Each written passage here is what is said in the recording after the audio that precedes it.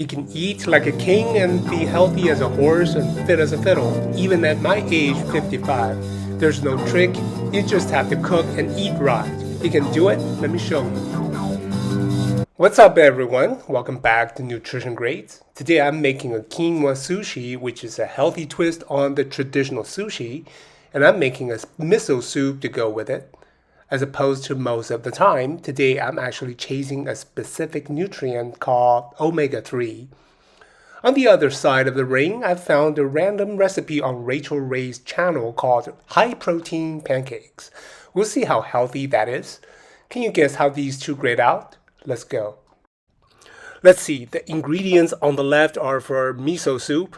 I've got organic tofu and miso paste and seaweed flakes. I'm also adding herring in here because herring is one of the healthiest food in the world. Unfortunately, most people can't stand the taste of herring, certainly not my family, so the miso soup is my way of sneaking herring into the diet. The herring falls apart in the soup, so you don't even taste it. I'm also adding a tablespoon of gochujang, which is a Korean bean paste. I did this one time by accident, and I thought it tasted wonderful in the miso soup, so I've been adding this ever since. Dashi powder, which is what gives miso soup that fishy taste. Traditionally, bonito flakes are to be used. Bonito flakes are shavings from a dried fish. Unfortunately, bonito flakes were not available at my local Asian store at the time of the purchase, so I had to settle for the factory-made stuff, dashi powder, a -4, thereby greatly compromising the nutritional grade of my soup. Now on the right are the ingredients for my quinoa sushi. Obviously quinoa, which is a 5, seaweed cheese 5, also herring 5, chia 5, also pickled turnip, which is a Japanese equivalent of our pickles. It's good stuff, but for the yellow food coloring, making this ingredient a -1. Now I got my miso soup boiling on the stove. It's really just throwing all the ingredients together. At the same time, I'm assembling the quinoa sushi. It takes just a total of 1 minute, as you can see there on the timer there. I created this recipe by accident. I had some leftover herring and some seaweed, so I thought, hey, why not put them together, make a sushi? But instead of rice, which isn't very healthy, I'd use quinoa. This was my first time doing this, but now I've realized I need a binding agent for the quinoa so it can cake up a little. So the second time I did this, I added 2 eggs and some flour, and it worked much better. So final grades on the miso soup, a 2, and the quinoa sushi, a 5. Average grade for this meal, 3.5.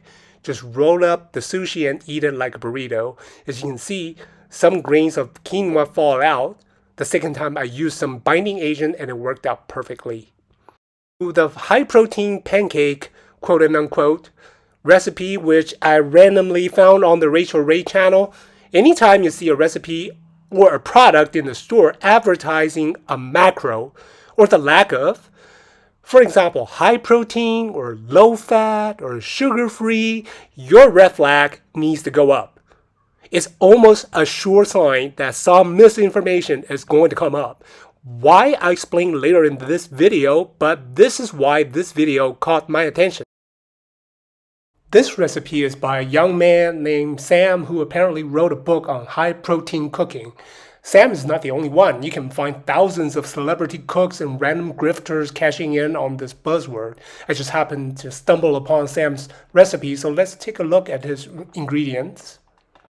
Egg white, okay, good. I'm going to be generous and assume he uses free-ranging organic eggs. Give that a 4. Milk, 2. Unfortunately, it goes downhill from here. Next, syrup. Sam says it's made from a sweetener, which is even worse than sugar, -5. An overripe banana, okay, fine. Oh, here goes. Protein powder, one of the most overrated and misrepresented food, -4. Some of the worst ingredients of protein powder. I don't even want to tell you about whey protein isolate, which spikes your insulin like sugar, but even worse, lecithin, xanthan gum, acesulfame. These things are pro-inflammation. They damage your gut biome and cause metabolic disorders. Obesity being one of the first of metabolic disorders to show up. And sucralose is a carcinogen, causes cancer. Okay, what else? Oatmeal. Again, overrated. He's using rolled oats, which is not that much better than flour. Now he blends it. Oh no, Sam, cooking spray. -5. Look at what's in cooking spray. Ultra processed oil, lecithin again, dimethyl silicone, which is a chemical used in paint. But also not listed on the label is the propellant, which is propane. Most of the propane evaporates when it hits the fan, but traces of it remain and go into your body. I hope I don't have to explain why it's bad to eat propane, do I? Okay, now Sam's going to fry the pancakes, add some toppings, and of course, drizzle some more of his sweetener syrup. After all that, these supposedly healthy pancakes end up giving you the same level of insulin spike as Aunt Jemima's. Final nutrition grade, I'm really sorry, I'm -3. Final comparison, I'm going to be honest. Quinoa sushi is not for everyone, not at first, because of the strong taste of the seaweed. But if you already like sushi, you already use the seaweed, I think you'll like it. I don't think Sam's pancakes really taste that good, just taste like sugar. The cost and preparation time are about the same, but nutritional value 3.5 versus -3. I'm really not trying to be mean to Sam. He looks like such a sweet kid. Are his pancakes better than Aunt Jemima's? Of course they are. Healthier.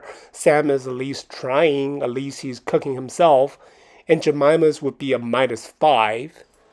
But is this really healthy? I'm sorry, no.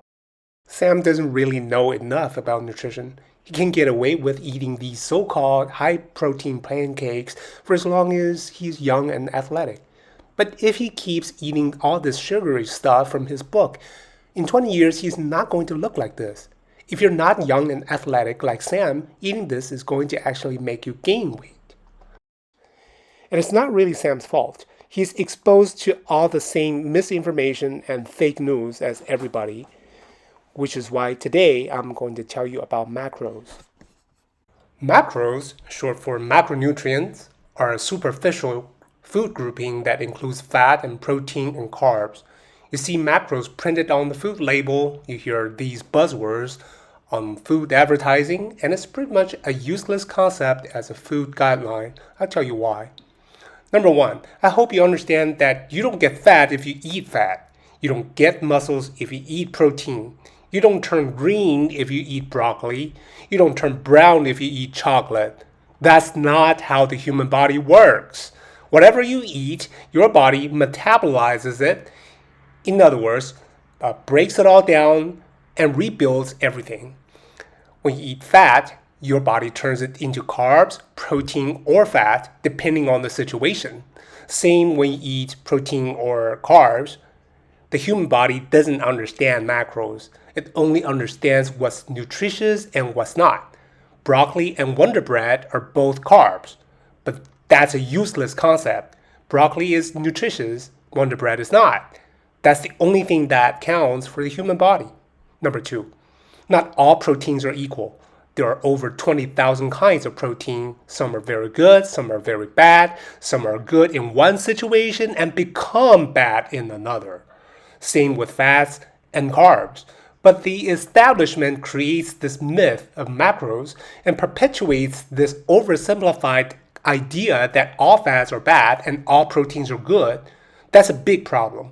That's the same as saying that there are only 3 kinds of people, black and white and Asian or whatever, and then say, for example, all black people are good and all Asian people are bad.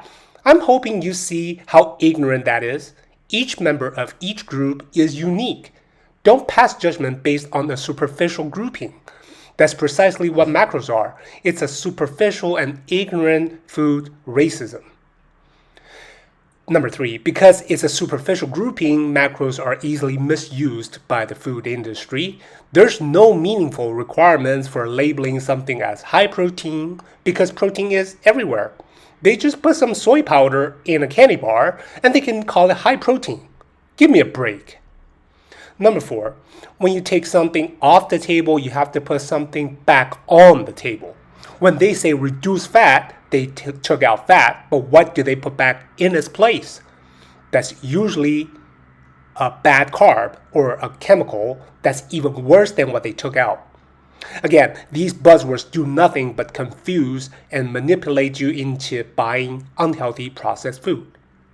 Number 5, almost all of us already get too much protein. Unless you're anorexic or you have an extremely restrictive diet, you already get more than enough protein by eating regular food.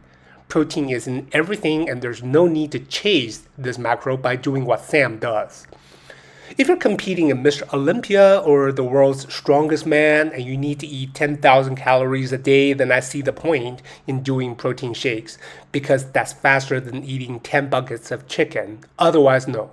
I did protein shakes when I was younger, and now I realize how stupid that was. Number 6, if you eat more protein than your body needs, and most people already do, your body metabolizes the excess protein into carbs in your bloodstream or fat in your body. The same thing the body does to every other nutrient. So when you chase this macro like Sam does, you end up upsetting the balance in your diet.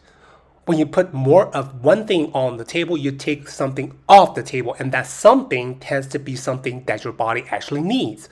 In Sam's case, vegetables and healthy fats. Number 7, macros are often used as an excuse to eat junk food. They make people think, oh, I'm eating all this high-protein candy bar or low-fat yogurt because the label says so, so I'm eating healthy, despite all the sugar and chemicals that come with it. Not true. In conclusion, don't let macros distract you or blind you from seeing the true value of each food. Macros are somewhat useful concept only in a few cases, such as when I use the word carbs as a convenient catch-all phrase to refer to all starchy foods like bread and noodles and rice. I say I eat carbs 5 times a week or less, but the way the establishment and the food industry use the word macros is certainly not helpful. So what should you do instead to make sure you get all the right nutritions? That's easy. Walk into a store. If something looks like it's fresh and natural, if it was recently alive, it's good food. If it came from a machine, if it's packaged, if it looks and tastes completely different from the original source material, it's bad. It's that simple. You don't need any of this mumbo jumbo printed on the label, the macros, the daily value or reference amount customarily consumed, whatever. That's just dumb. Nature already has everything in perfect balance. Nutrients are already perfectly distributed in nature. You already get all the right amounts of everything if you just eat a variety of natural foods. You don't need to eat processed fake food and then bend over backwards to chase macros. The only nutrient you need to chase is omega-3, which I mentioned earlier, which is why I try to eat seaweed. We don't get enough omega-3 naturally anymore. I'll tell you more about it in a future video. So I created this quinoa sushi recipe by accident, and I thought it was so clever. After I made this video, I found that hundreds of people obviously already done it. Oh well, mine is a bit different though. I have herring in it, and I found a way to cake up the quinoa, so I hope you still find my recipe unique and helpful. Have you ever created the superfood recipe? Share with us in the comments. Thanks for watching. This is Vinny from Nutrition Grading. Like and subscribe, tell a friend, and I'll see you again soon.